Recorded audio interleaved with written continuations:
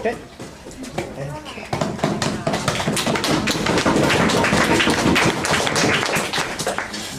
Good afternoon, ladies and gentlemen. As the third speaker of opposition side, I will sum up today's debate and point out why proposition team lost today's debate and our team won.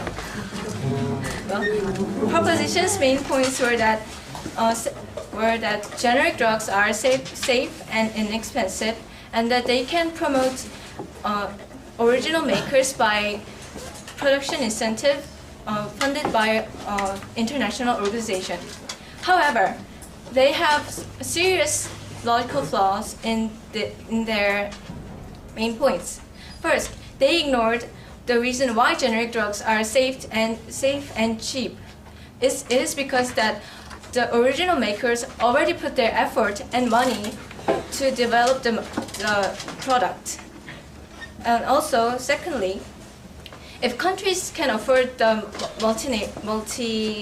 multinational companies by organization, why wouldn't they put the budget on their own country's company and boost their thank you. Boost their income? And also, it is hard to motivate the companies just by intangible incentive, fame. And also, thank you. They fail to show the practicality of their own plan, and also they fail to even mention their own team's burden. Unlike proposition's illogical idea, the opposition team clearly showed that even though there are some minor problems with status quo, the policy suggested by proposition side is almost impossible to improve status quo. No, thank you. Status quo, and it'll bring harms to society.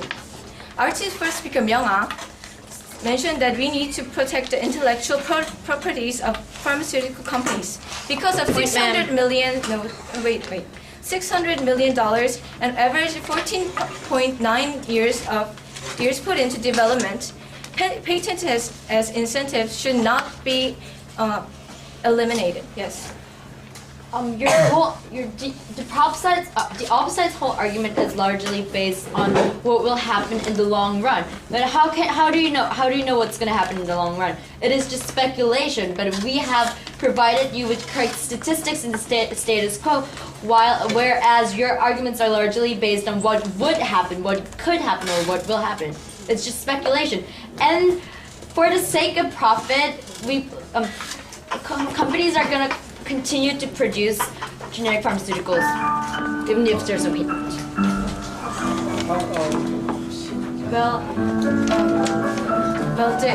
Actually, the ideal policy should be looking into the long run, not short-sighted.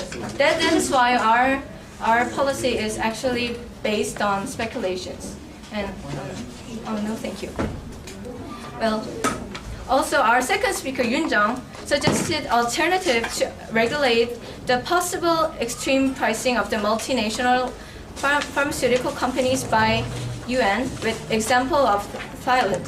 She also emphasized that patent is inevitably required for pharmaceutical companies to use on medical investments, and without patent, companies will be discouraged to develop new medicines, and it will cause crisis on our health because medical technology will not progress. Unlike proposition's vague, rosy idea, we showed clear, practical side of the real world. Ladies and gentlemen, the idea of eliminating the regulation is completely useless and impractical. Therefore, I beg you to oppose today's motion. Thank you.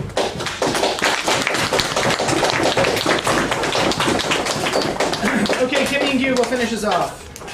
Maybe a little quicker than usual. Okay, hello, ladies and gentlemen. As a third speaker, I'll go around and about what the other speakers said. First of all,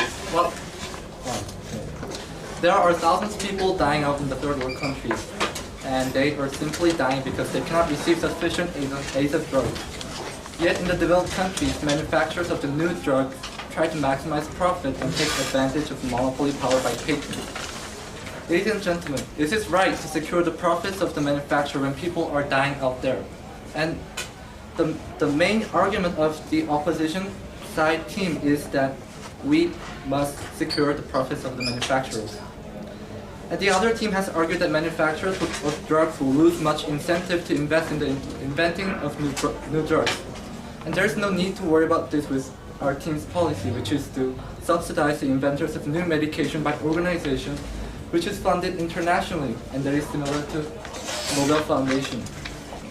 The foundation will then grant the inventors a substantial amount of incentives that was formerly guaranteed by decades of monopoly power, which would have had adverse effect on our economy. Well, thank you. So rather than just letting people who do not have access to expensive drugs suffer, we propose this policy to eliminate patents and distribute generic drugs to larger number of people. And to once re-emphasize, there is no need for the alternative, and our policy is perfectly realistic and practical. Take a look at compulsory licensing that Yunjin has come up with, but she's not going into details.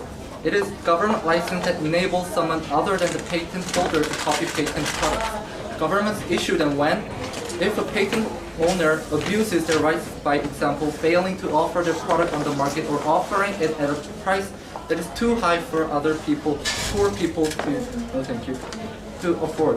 And from 2001, under Doha Agreement, compulsory license comes into effect when the distribution of the drugs is prevented by the restrictions. So, as it can be shown, patent is actually ignored in some cases emergency, or even when the patent holders do not serve the society well. Why not just eliminate the patent itself and pay incentive for the manufacturers instead of royalties and for the distribute generic drugs? Okay, so thank you. This is Tim.